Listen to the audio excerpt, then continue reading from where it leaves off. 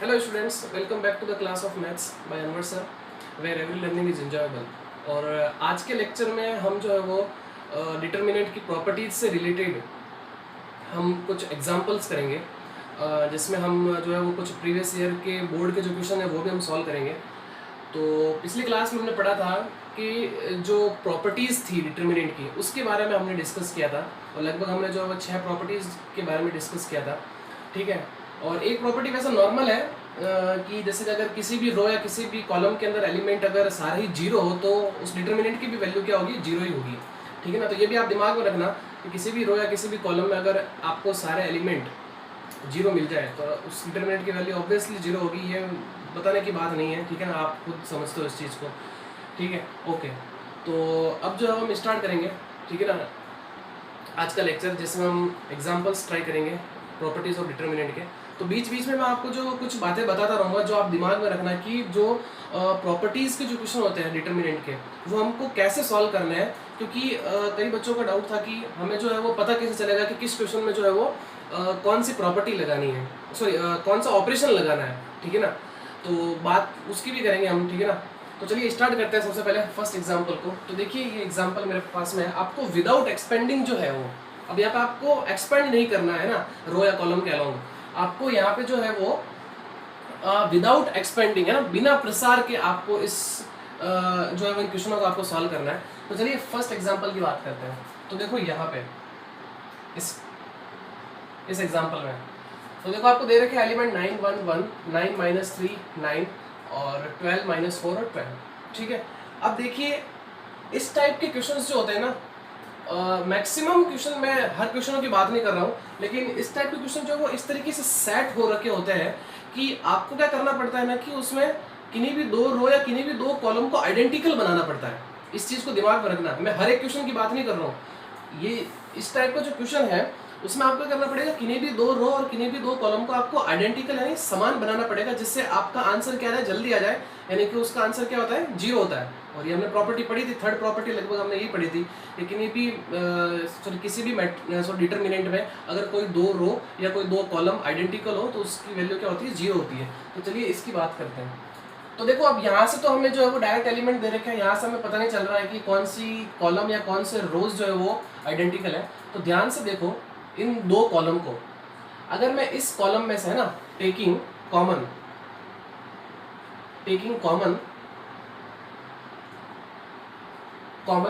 इनमें से देखो क्या कॉमन आ रहा है, 3 कॉमन आ रहा है। सो 3 कॉमन ले लिया मैंने, है ना, taking common 3 from C2 and इसमें से भी देखो क्या कॉमन आ रहा है, इसमें से 4 कॉमन आ रहा है ना, तो देखो ये एंड 4 फ्रॉम C3। तो चलिए देखो कॉमन ले लेते हैं। और मैंने बताया था आपको कि डिटर्मिनेंट में हम किसी भी एक रो या किसी भी एक कॉलम में से कॉमन ले सकते हैं, या हम जो है उसमें मल्टीप्लाई कर सकते हैं। तो 3 यहाँ से कॉमन आ गया, 4 वहाँ से कॉमन आ गया। तो देखिए यहाँ क्या है मेरे पास में 9 1 1, यहाँ से 3 माइनस 1 3, इसी तरीके से यहाँ से देखो आपके पास में बच गया 3 माइनस 1 एंड 3। तो देखो यहाँ से अब आपको पता चल गया क्या कि ये दो रो जो है वो क्या है, आइडेंटिकल है ना। तो यहाँ पर सॉरी दोनों कॉलम, रो नहीं column. So C2 is equal to C3। तो इसका मतलब इस डिटर्मिनेंट की वैल्यू क्या होगी, इस डिटर्मिनेंट की वैल्यू क्या होगी, जीरो होगी। So delta is equal to 12 multiply 0, so answer is 0। तो इस तरीके से जो है वो इस क्वेश्चन को सॉल्व करते हैं ना। आगे बढ़ते हैं हम नेक्स्ट क्वेश्चन पे। अब देखिए इस क्वेश्चन के अंदर सबसे पहले तो इस क्वेश्चन को देखते ही मुझे जो है वो इस कॉलम में से 31 कॉमन दिख रहा है ना। तो 31 क्या कर रहा हूँ मैं, इससे कॉमन ले लेता हूँ। सो 31 को मैंने कॉमन ले लिया, तो यहाँ क्या बच गया 1 1 1 37 58 55 और 92 71 एंड 74। अच्छा चलिए, अब एक चीज मैं आपको यहाँ पे बताना चाहता हूँ। मैंने आपको बताया भी था कि बीच बीच में मैं कुछ आपको बातें बताता रहूँगा, तो आप दिमाग में रखना जब डिटर्मिनेंट के ऐसे कई क्वेश्चन है जिसमें आपको रो या कॉलम में आपको दिखते हैं 1 1 1 दिखते हैं। अरे बात समझ में, आपको क्या दिखते हैं 1 1 1 दिखते हैं। तो और एक चीज मैंने ये भी बताई थी कि किसी भी डिटर्मिनेंट में अगर आपको मैक्सिमम 0 मिल जाए तो आप उसके अलाउंग क्या करो, उसको एक्सपेंड करो। ठीक है, ये बताया था मैंने। ओके, तो अब इसके अंदर आ जाते हैं, ठीक है ना। तो मैं किन्हीं भी दो रो को क्या कर सकता हूँ, यहाँ पे 0 कर सकता हूँ। सॉरी किन्हीं भी दो एलिमेंट को मैं क्या कर सकता हूँ, यहाँ पे 0 कर सकता हूँ। देखो कैसे, R2 change R2 minus R1, यहाँ मैं ये ऑपरेशन लगा रहा हूँ क्योंकि 1 माइनस 1 क्या हो जाएगा, 0 हो जाएगा। तो इस R2 को क्या कर रहा हूँ मैं, इस R2 के इस एलिमेंट को मैं 0 बनाने जा रहा हूँ। तो क्या किया मैंने, R2 minus R1 and now and R3 change R3 minus R1। अब देखिए यहाँ पे क्या चीज सीखने की जरूरत है। अरे हाँ, आप है ना किन्हीं को भी दो को जो है वो 0 बना सकते हो, जरूरी नहीं है कि मैंने R2 और R3 के एलिमेंट को 0 बनाया, आप R1 R2 के भी बना सकते हो 0, कोई प्रॉब्लम नहीं। अब बात करते हैं इस ऑपरेशन में। तो देखिए मैंने R2 change R2 minus R1 लिखा एंड लिखा R3 change R3 minus R1। कई के दिमाग में ये आ रहा होगा कि मैंने यहाँ पे R2 क्यों नहीं लिखा। अरे बात समझ में कि R3 change R3 minus R2 भी तो कर सकते हैं। वो इसलिए नहीं कर रहे हैं अपन क्योंकि देखो R2 पहले चेंज हो चुका है। अब अगर आप यहाँ ऑपरेशन लगाओगे तो किसको चेंज करोगे। अरे बात समझ में, क्योंकि R2 तो चेंज हो गया ना। अब आपको क्या पता कि R2 कितना है इस ऑपरेशन के अंदर, तो इसलिए जो हम है वो किस में माइनस कर रहे हैं, R1 में से माइनस कर रहे हैं, बिकॉज R1 को अपन ऐसे कैसे रहने दे रहे हैं। तो अगर R2 यहाँ चेंज हो जाएगा और फिर आप R2 यहाँ पे लिखोगे तो आप कौन सा करोगे, ये करोगे या चेंज होने वाले एलिमेंट को इसमें से माइनस करोगे, तो थोड़ा सा कंफ्यूजन यहाँ हो जाता है। तो यही चीज़ मुझे बतानी थी। नेक्स्ट चलिए, तो डेल्टा इज इक्वल टू, यहाँ पे मेरे पास में 31, सो ये तो ऐसा कैसे रहेगा, ओके 1 माइनस 1 क्या हो जाएगा, 0 हो जाएगा। अब देखिए R2 माइनस R1 तो 58 माइनस 37, तो ये हो जाएगा आपके पास में 21, ठीक है। एंड नाउ 71 माइनस 92, तो ये आपके पास में हो जाएगा माइनस का 21, सही है, माइनस का 21, okay. Now R3 minus R1 0। इसी तरीके से अब देखो यहाँ पे 55 minus 58, sorry 55 minus 37, R3 minus R1, तो ये हो जाएगा मेरे पास में देखो कितना 5 माइनस ये हो जाएगा, देखो ना आप कितना, लगभग 15 और 3 18, ठीक है ना। ये हो जाएगा मेरे पास में कितना, माइनस का, सॉरी प्लस का 18 और 74 माइनस 92, तो ये भी लगभग आपके हो जाएगा 8 और 1 18 माइनस का 18, ये हो। अगली बात समझ में। अब देखिए आप, अब ध्यान से देखना। अब मैं क्या करता हूँ, अब मुझे 2 0 मिल गए, अब आप इसको क्या करो, एक्सपेंड कर दो यहाँ पे, ठीक है ना। आपको डायरेक्ट एक्सपेंड नहीं करना, आप आगे जाके एक्सपेंड कर सकते हो तब जब आपको जैसे कि 0 0 मिल जाए, है ना, बहुत ही ज़्यादा जो इक्वेशन है वो क्या हो जाए, ईजी हो जाए सॉल्व करना। यहाँ पे आप करोगे तो बहुत ज़्यादा टफ पड़ेगा आपको, है ना, क्योंकि मल्टीप्लाई करने में आपको दिक्कत आ सकती है। तो चलिए यहाँ पे बात करते हैं। तो अब देखो इसको एक्सपेंड कर दो C1 के अलावा, है ना, तो देखो क्या होगा, डेल्टा इज इक्वल टू 31, सो ये तो 1 होगा, फिर 21 18 माइनस 21 एंड माइनस 18, क्लियर, फिर माइनस 0 और प्लस 0, यही रहेगा, क्लियर है। अब इसको मल्टीप्लाई कर दो इससे, यहाँ से आप देखो एक चीज़ ये भी समझ सकते हो क्या, अगर मैं इस C2 से -1 कॉमन ले लूँ, बिकॉज ये तो 0 हो गए, C2 से अगर -1 कॉमन ले लो तो ये मेरे पास में क्या हो जाएगा, देखो डेल्टा इज इक्वल टू -31 और यहाँ मेरे पास बचेगा 21 18 21 18। अब आप खुद चेक कर लो, C1 इक्वल टू C2, तो इस डिटर्मिनेंट की वैल्यू क्या हो जाएगी, 0 हो जाएगी। सो आंसर क्या आएगा आपके पास में, 0 आ जाएगा। आगे बात समझ में। तो चलिए इन क्वेश्चनों को नोट करिए, फिर हम आगे बढ़ते हैं। तो बात करते हैं नेक्स्ट एग्जांपल पे, ठीक है ना। आज का हमारा एग्जांपल नंबर 3 और ये प्रूव दैट पे बेस्ड है, और बोर्ड में अक्सर क्वेश्चन जो है वो प्रूव दैट के ही आते हैं। तो अब हमें जो है वो इस क्वेश्चन को स्टार्ट करने से पहले कुछ बातें दिमाग में रखनी चाहिए। अब वो क्या है तो पहले बताता हूँ अब मैं आपको। तो अब मैंने फर्स्ट क्वेश्चन लिया है प्रूव दैट का, और ये जो है वो आरबीएसई बोर्ड 2018 में आया था, ठीक है ना, 2018 में क्वेश्चन आया था। अब देखिए इस क्वेश्चन को स्टार्ट कैसे करना है, स्टार्टिंग कैसे करनी है। तो सबसे पहले तो मैं इसके लेफ्ट हैंड साइड की बात करूंगा, ठीक है ना। इसकी मैं लेफ्ट हैंड साइड लेता हूँ, ठीक है, ये वाली। अब इसके एक बार राइट हैंड साइड में देखिए, आपको आइडिया जो है ना मैक्सिमम क्वेश्चनों में आपको राइट हैंड साइड से ही मिलेगा कि आपको लेके क्या आना है। अरे बात समझ, जब हम कुछ चीज प्रूफ करते हैं तो ये भी तो देखते हैं कि राइट हैंड साइड में चाहिए क्या हमको। तो वो देखो आपको क्या चाहिए, एक तो चाहिए 5x + 4 और एक चाहिए आपको x - 4। तो सबसे पहले हम इसके बारे में सोचते हैं कि ये हमको कहाँ से मिलेगा, कौन से ऑपरेशन लगाने से मिलेगा। अच्छा देखो, आप इस क्वेश्चन को देखो अब ध्यान से।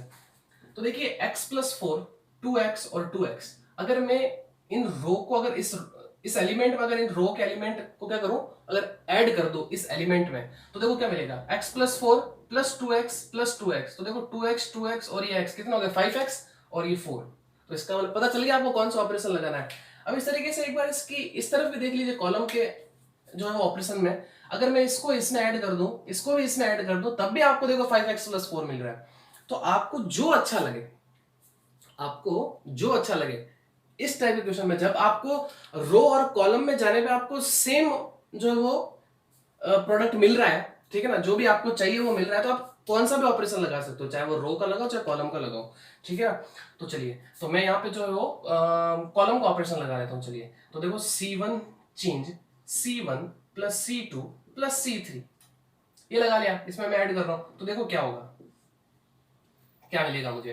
तो ये देखो x डायरेक्ट लिख लूं मैं, है ना, ये एक बार लिख ही लेता हूँ। चलो x प्लस फोर पहला एग्जाम्पल है तो लिख ही लेते हैं, बाद में हम जो डायरेक्ट करते रहेंगे। 2x, so now 2x plus x plus 4 plus 2x, now 2x plus 2x plus x plus 4। Clear. अब ये तो ऐसे कैसे रहेंगे, 2x x प्लस 4 और फिर 2x, and now 2x 2x और फिर x प्लस 4। अब देखो ये कितना हो गया, 5x प्लस 4 हो गया, यहाँ पे 5x प्लस 4, ये भी 5x प्लस 4। तो क्या करें, C1 में से कॉमन ले ले 5x प्लस 4 को, तो चलिए कॉमन ले लेते हैं। तो मैंने ये कॉमन ले लिया 5x प्लस 4, तो यहाँ क्या बच गया 1 1 1, 2x x plus 4, 2x 2x 2x और फिर x प्लस 4।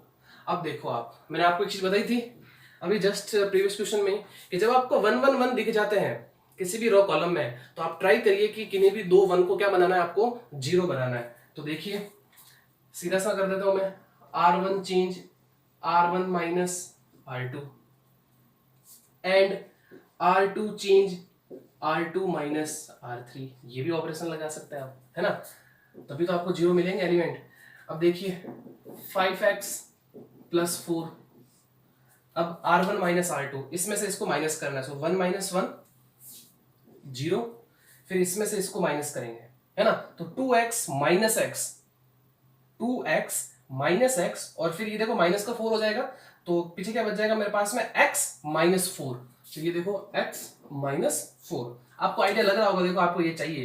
तो इस तरीके से अगर आप क्वेश्चन करोगे, आप बीच में भी जब हम क्वेश्चन करते हैं तो ये सेंस आना चाहिए कि क्या मैं क्वेश्चन सही कर रहा हूं या नहीं कर रहा हूं, ठीक है ना। अब इसमें से इसको माइनस कर दो, तो ये क्या हो जाएगा 0 हो जाएगा। अब R2 change R2 minus R3, इसमें से इसको माइनस कर दो, सो 1 माइनस 1 0, इसमें से इसको माइनस करेंगे तो देखिए क्या मिलेगा आपको, x प्लस 4 माइनस 2x, यानी ये हो जाएगा आपके पास में क्या 4 माइनस एक्स, यही तो होगा, एक बार देख लो ना आप, x प्लस 4 माइनस 2x, यही तो कर रहा है। तो यहां से क्या मिलेगा आपको, देखो x सॉरी माइनस का x और प्लस का 4, यही तो मिलेगा। तो यहां से मिलेगा आपको माइनस x प्लस 4। इस तरीके से अब इसमें से इसको माइनस करेंगे तो देखो क्या मिलेगा, 2x माइनस एक्स, तो x और फिर ये माइनस का 4। तो ये देखो मेरे पास में ये पीछे, तो ये ऐसा कैसे बचा 1 2x एंड x प्लस 4, चलिए 5x प्लस 4। अब देखो यहां से मैं ऐसा करता हूं कि अगर मैं यहां से माइनस कॉमन ले लूं, तो देखो माइनस कॉमन लूंगा तो क्या ये x माइनस 4 हो जाएगा, अगली बात समझ में।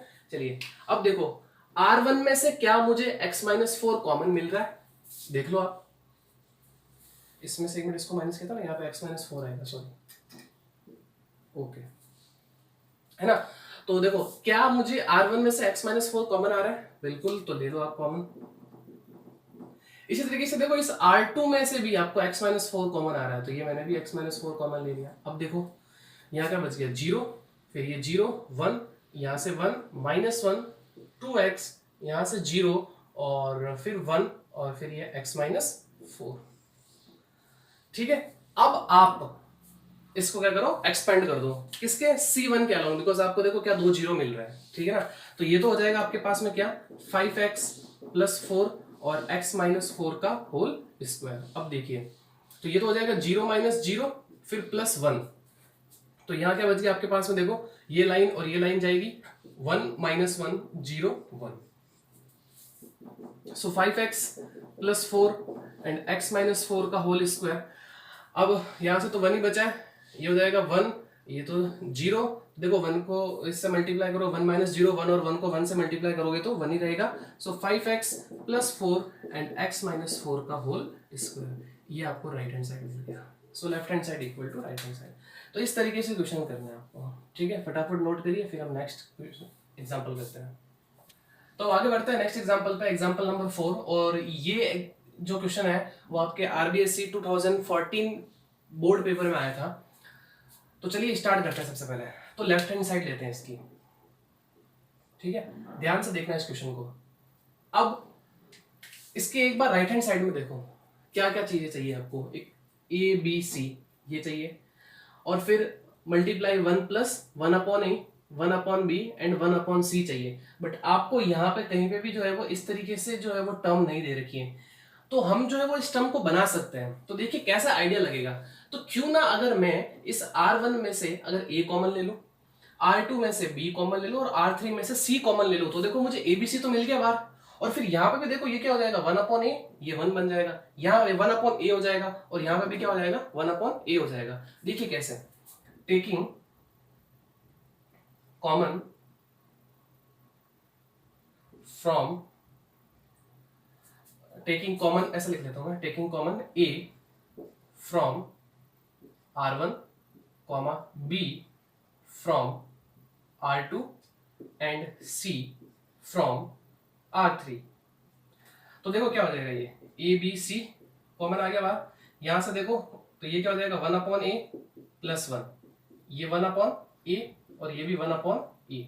इससे B कॉमन लिया है तो 1/b, यहाँ 1/b + 1, और फिर यहाँ पे 1/b। इस तरीके से देखो यहाँ पे 1/c, यहाँ से 1/c, 1/c + 1। अगली बात समझ में। अब देखो आपको क्या चाहिए, 1 + 1/a + 1/b + 1/c। अब कौन से ऑपरेशन लगाने से आपको ये मिलेंगे, रो के ऑपरेशन या कॉलम के ऑपरेशन। तो देखिए अगर मैं इनको इसमें ऐड करता हूं तो ये कौन से ऑपरेशन होंगे, कॉलम वाले, और ये कौन से ऑपरेशन होंगे, रो वाले। तो देखो यहां पे ध्यान देखना, अगर मैं C1 में अगर C2 और C3 ऐड करता हूं तो आपको क्या मिलेगा, देखो 1 + 1/a + 1/a + 1/a 1 + 3/a। अगर मैं यही अगर रो के ऑपरेशन लगाता हूं, है ना, तो देखो क्या मिलेगा आपको, 1 + 1/a + 1/b + 1/c। तो इसका मतलब अपने को कौन सा ऑपरेशन लगाना है, यहाँ पे रो का ऑपरेशन लगाना है। सो R1 change R1 + R2 + R3 ये। तो देखो अब आपके पास में क्या होगा, ABC।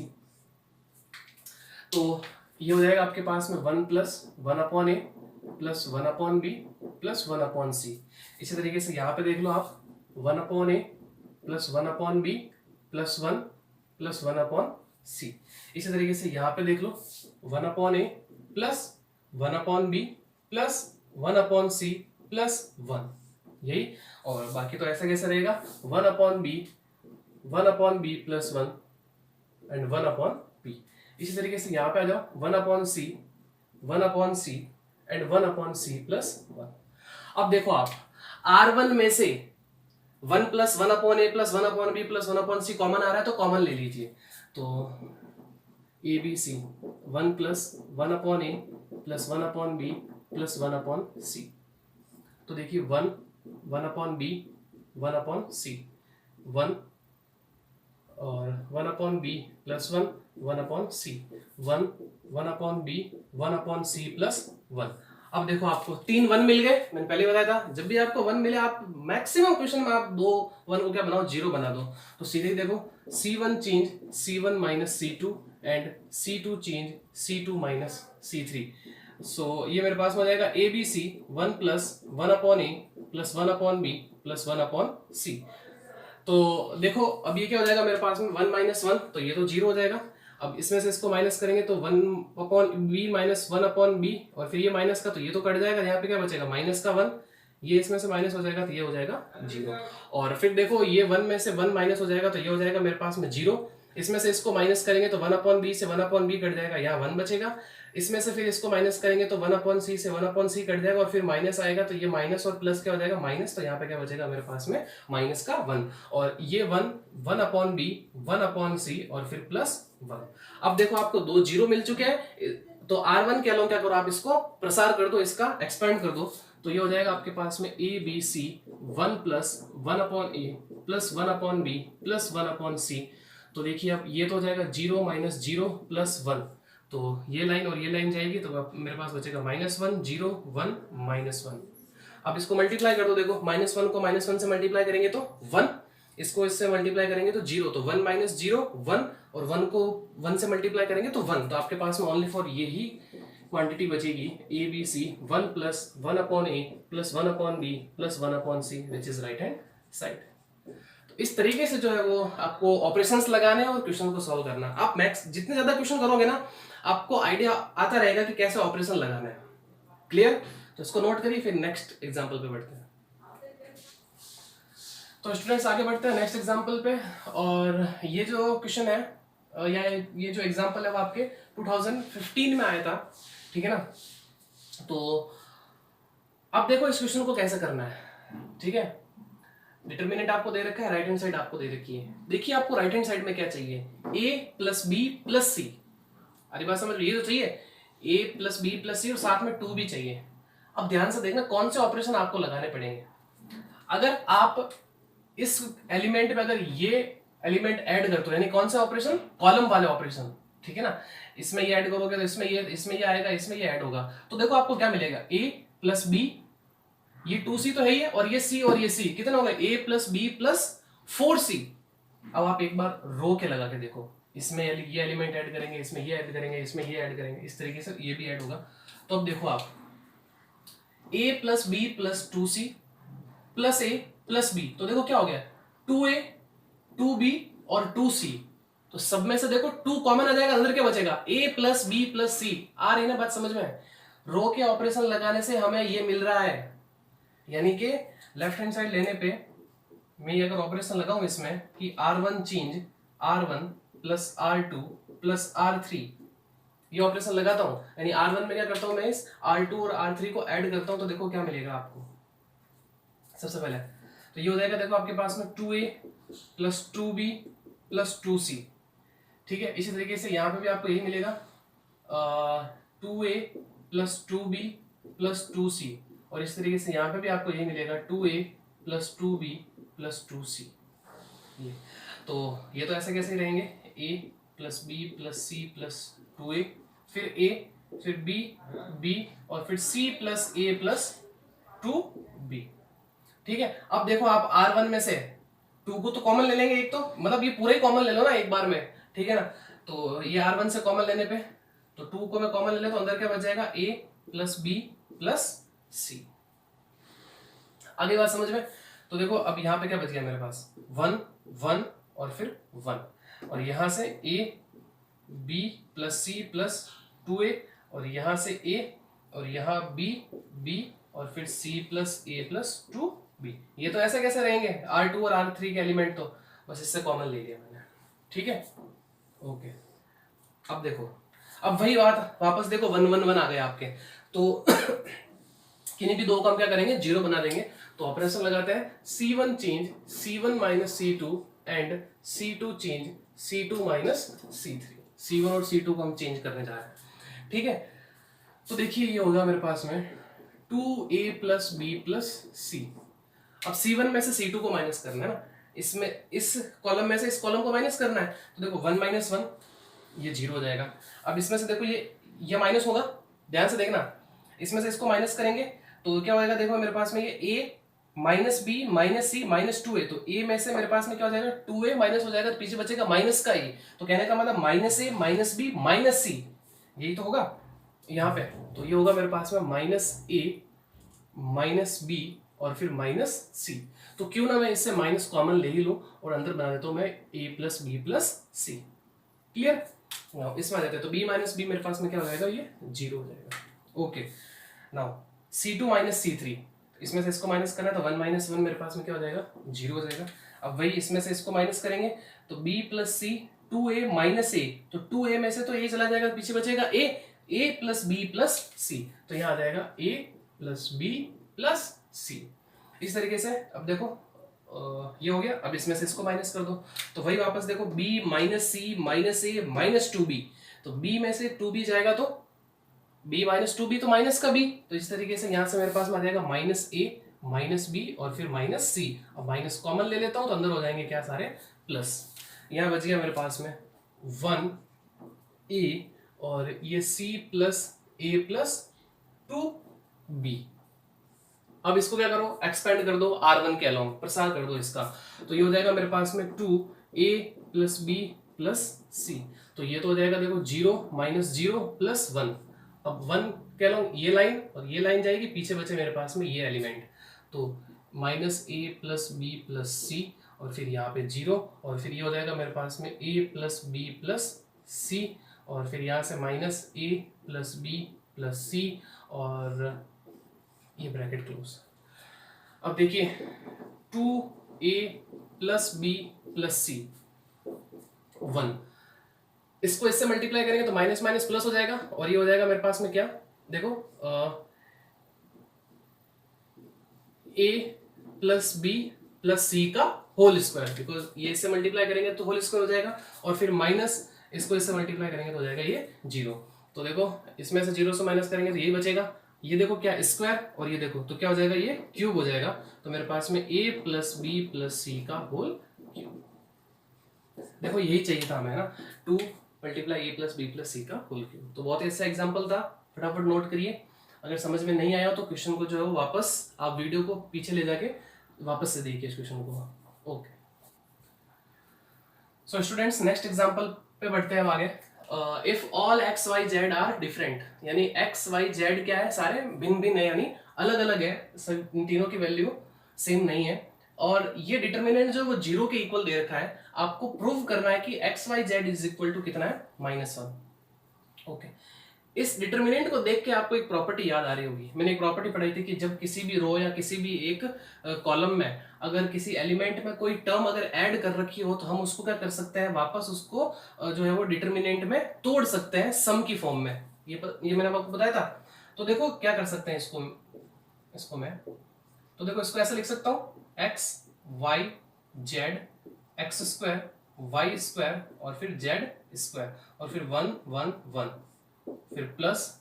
अब देखो यहां से क्या बच गया, x Y z x square Y square और फिर जेड स्क्वायर और फिर यहां से remaining x cube y cube और फिर z cube is equal to 0। ये बताया था मैंने इस तरीके से इसको ब्रेक करना कब, जब कोई एक रो या कोई एक कॉलम में इस तरीके से सम की फॉर्म में एलिमेंट जो है वो दे रखे हो आपको तब।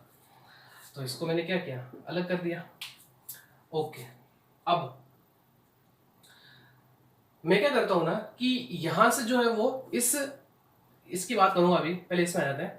इस रो में से देखो x कॉमन आ रहा है, इस रो में से देखो y कॉमन आ रहा है, इस रो में से भी देखो आपको z कॉमन आ रहा है, तो आपको क्या मिल रहा है, x y z। तो आपको देखो क्वेश्चन का आइडिया लग चुका होगा कि हाँ मेरा आंसर आ जाएगा, है ना, आने वाला है। तो x y z मिल जाएगा आपको, ठीक है।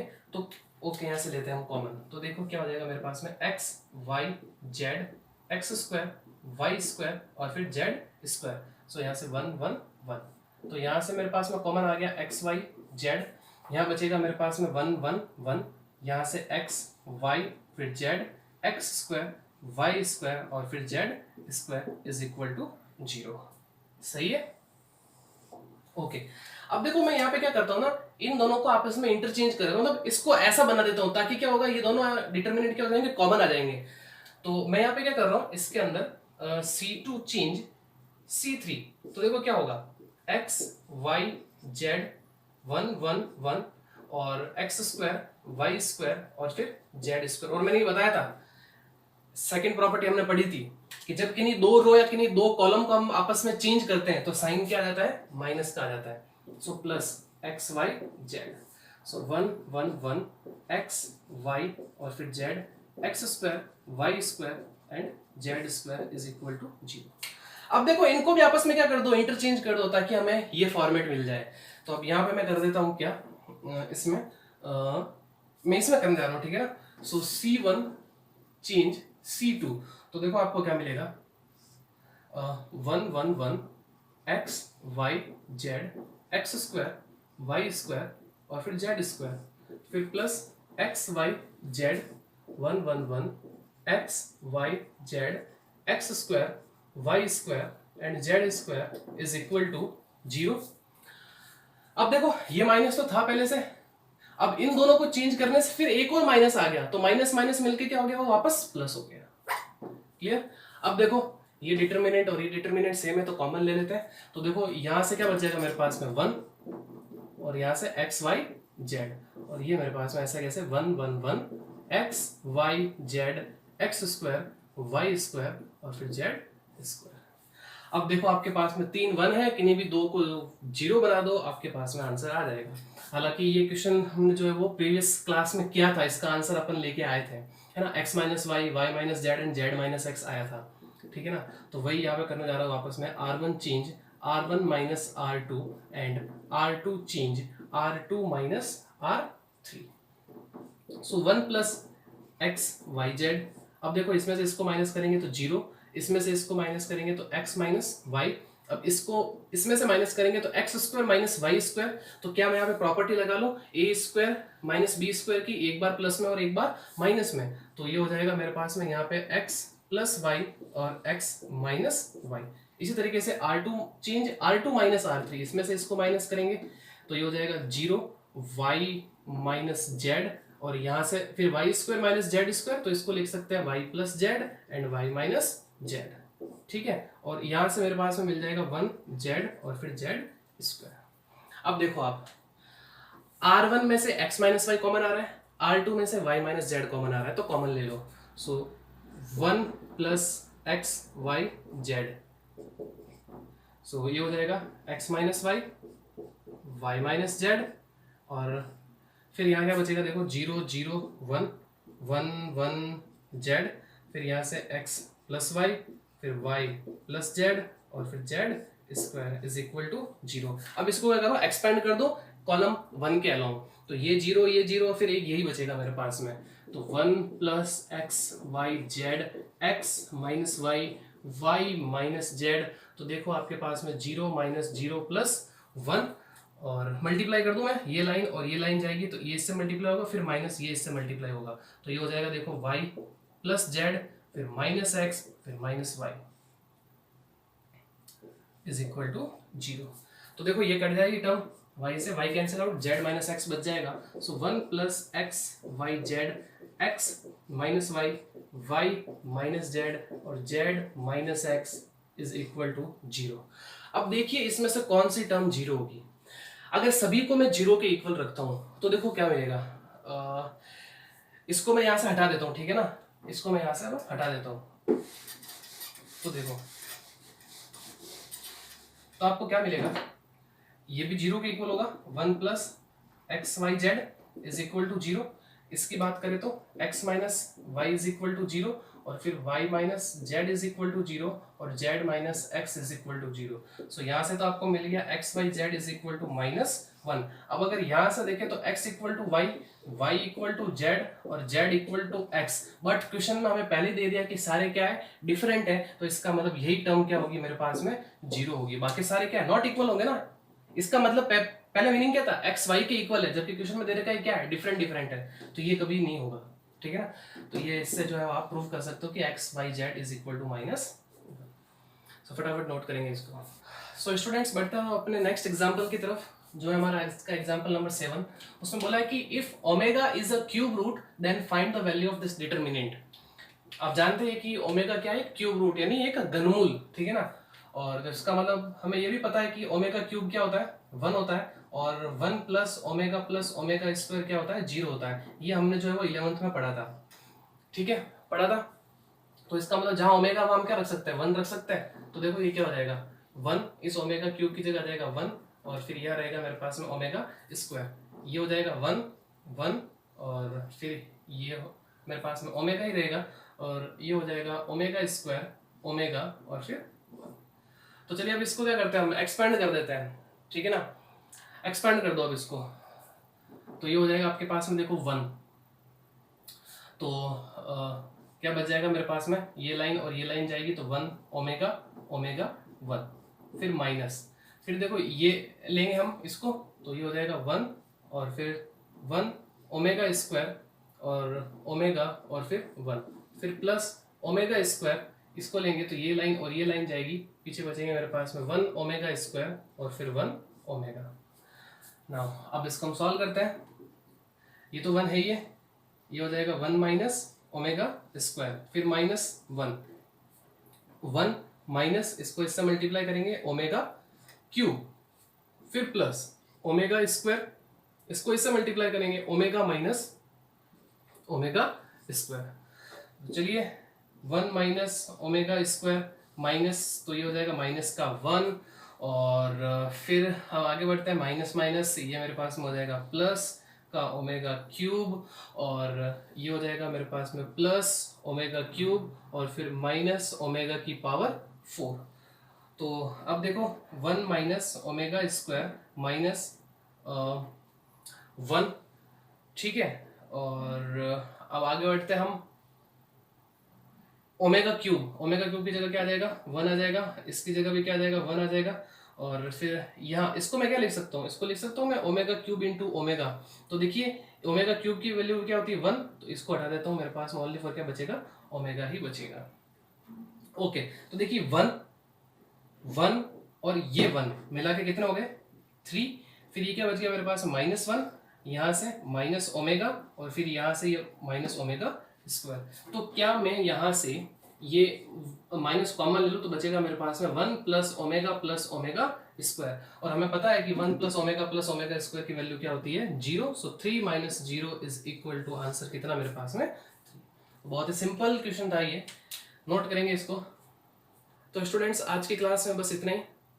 आई होप आपको आज की क्लास में बहुत मजा आया होगा, ठीक है ना, और काफ़ी अच्छे क्वेश्चंस जो है वो आज हमने किए, बोर्ड के क्वेश्चंस भी किए हैं, कुछ और भी अच्छे क्वेश्चंस किए हैं, और अगर मुझे ज़रूरत पड़ी तो मैं इसका पार्ट 2 भी लेके आऊँगा एग्जाम्पल्स का, ठीक है ना, जिसमें हम कुछ और अच्छे क्वेश्चंस करेंगे। तो आज की क्लास में बस इतना ही, मिलते हैं नेक्स्ट वीडियो में। तब तक इस वीडियो को लाइक करो, चैनल को ज़्यादा से ज़्यादा सब्सक्राइब करो और शेयर करो, और ऐसे ही सपोर्ट जो है वो आपका मुझ पर बनाए रखो। तो ऐसे ही हंसते रहिए, मुस्कुराते रहिए, मिलते हैं नेक्स्ट वीडियो में। Thank you so much.